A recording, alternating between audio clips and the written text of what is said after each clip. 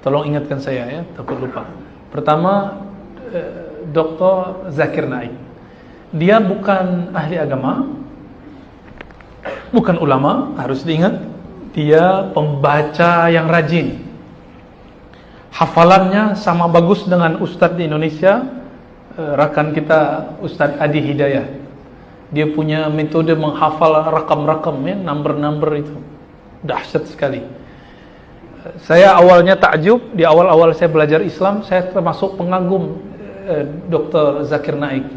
Tapi setelah kemudian kita kaji ilmu muqaranatul adyan wal mazahib wal firaq, saya ittadaha lana anna lahu manhajun dha'ifun wa syujuzun bayyinun ya, bayyinatun. Setelah saya kemudian belajar muqaranah, ada ilmu, satu ilmu fan itu dikaji di Usuluddin, karena saya dulu belajar di Usuluddin, ilmu muqaranatul adyan, ilmu perbandingan agama-agama mazhab. Pemikiran, mohon maaf, Zakir Naik tidak satupun sesuai dengan metodologi yang telah ada dalam ilmu ini. Ternyata beliau terinspirasi oleh, inspired by Ahmad Deedat. Tapi Ahmad Deedat tidak sekeras dia. Kenapa? Dia berani bawa kitab-kitab Veda, berani bawa kitab-kitab Bible dengan serampangan. Lalu dia buat tafsir sendiri. Nah, ini yang bahaya. Dalam Islam pun ada yang punya otoritas tafsir, yaitu ulama ahli tafsir. Apalagi di golongan kawan-kawan kita, saudara-saudara yang beda agama itu. Mereka punya lembaga khusus pentafsir. Orang aktivis, bahkan doktor teologi Kristen Katolik tidak boleh mentafsir jika dia belum diiktiraf oleh lembaganya. Lalu tiba-tiba Dr. Zakir Naik kemudian menafsirkan sendiri. Maka di India dia terkena konun perundang-undangan apa? Mencemarkan, merusak agama lain. Itulah sebabnya beliau dilarang masuk, pulang kampung. Kasihan ya. Saya kasihan mendengar, saya sedih. Sebagai saudara sesama muslim, kita ikut sedih. Dan mohon maaf jika dibawa ke Sarawak, Sarawak ini sangat majmuk, sangat berbahaya. Sangat berbahaya. Jangan bawa dia, bawa yang lain yang lebih santun. Ya, karena kalau bawa dia nanti bertengkar muslim dengan Kristen. Yang kita sudah jaga lama ini. Ya, kita sudah jaga lama, benar kan?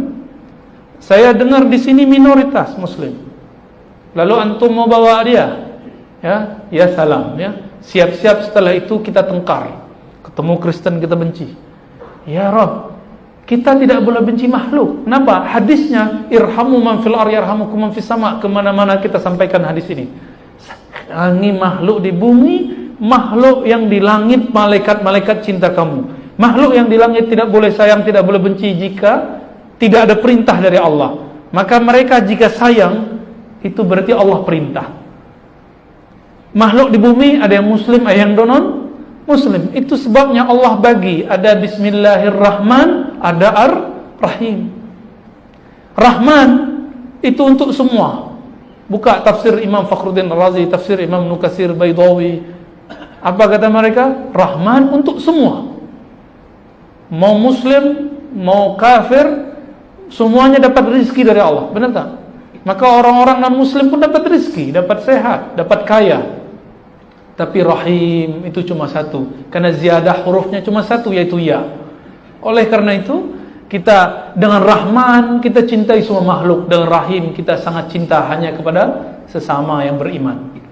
Jadi saya tidak benci Dr. Zakir Naik, cuma dia bagi saya bukan sebagai seorang ahli agama, dia hanya pembaca yang serius, kita sebut otodidak. Tidak bersanad, tidak kuliah di universitas Islam manapun. Sini sebut university ya.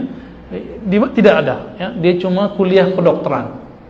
Dan dia pun tidak pernah berguru kepada Ahmad Deedat.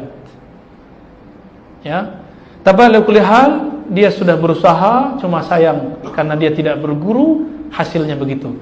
Namun untuk orang yang sedang ragu-ragu tentang tauhid Islam, atau sedang ragu dengan ajaran-ajaran di luar Islam, sila tonton dia. Tapi jika telah masuk Islam, sudah paham agama, enggak usah belajar dia lagi, belajar kepada ulama lagi, ulama yang faqih. May yuridillahu bihi khairan yufaqihu fid din. Siapa yang Allah kehendaki dia dapat keberkahan, kebaikan, kebahagiaan, kejayaan, maka Allah yufaqih. Allah akan dorong dia, gabungkan dia, satukan dia dengan orang-orang yang faham agama, sehingga dia faham agama. Semoga kita termasuk itu. Amin ya rabbal alamin ya.